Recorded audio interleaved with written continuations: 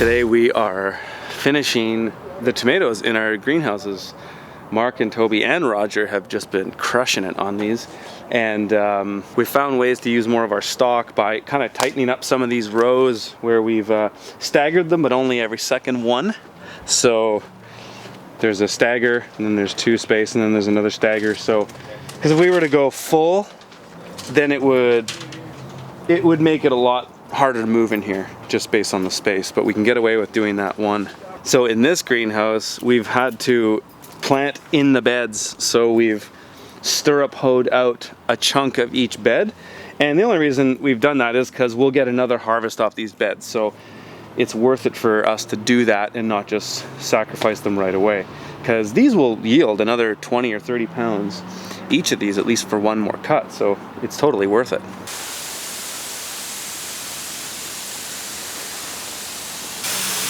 I'm just hand watering these beds, and I'm using my favorite sprayer. I did a video on this last year.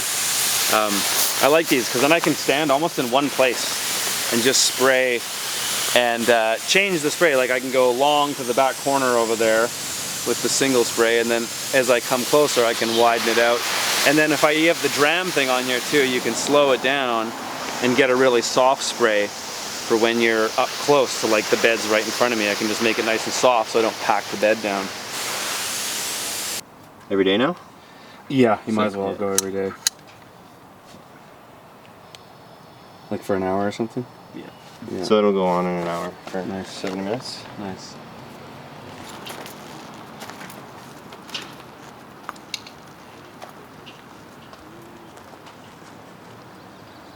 Those guys are shutting her down for the day. I'm just gonna stick around and finish hand watering these beds, but I just wanted to show you that the reason why I planted these beds right in the middle of this plot opposed to starting on one side, because somebody might say, hey Curtis, why didn't you just do these ones over here, that way you could just run these sprinklers. Well, the reason it's about light, and right now it's a perfect demonstration of the kind of things you have to deal with when you're urban farming, is thinking about where the shadows are cast. So right now I've got my neighbor's house here that's on the eastern side, and then I've got my neighbor's house here on the western side, and this one casts a shadow in the afternoon, and then this one casts a shadow in the morning. So, you know, if I put it all the way here on this side, I would have very little morning light, but I'd have lots of afternoon light.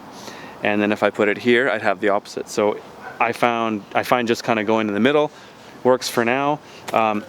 Having said all that, it's warming up so much quicker now that I'm not worried about, you know, next time I'll plant this one, next time I'll plant this one, or I might plant them all at once, who knows. But that's just sort of some of the ideas behind these shade structures that we have in urban settings. These guys just crushed these tomatoes. Less than 2 days of work, not even a full day of work really, because they spent like 2-3 hour sessions maybe doing all this.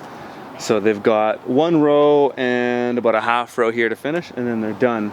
So by doing this, rebuilding these greenhouses, we added 2.5 more rows of tomatoes in this exact same space without really compromising any land.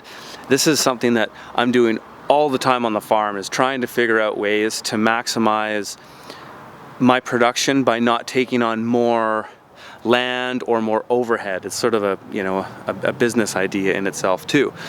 And this way, you know, it's not about saying I don't want to grow, I don't want to take on more land, but it's more about saying what can I do right now to do the most with what I've got before I take on more.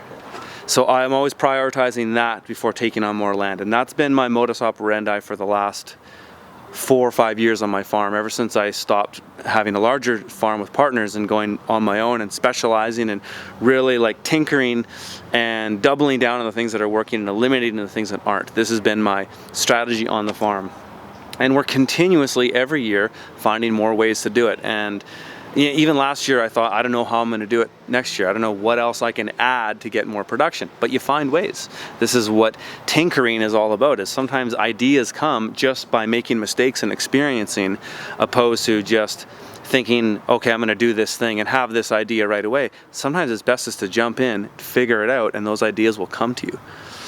So that's my day, guys. Just wanted to show you a little what was happening here in the afternoon.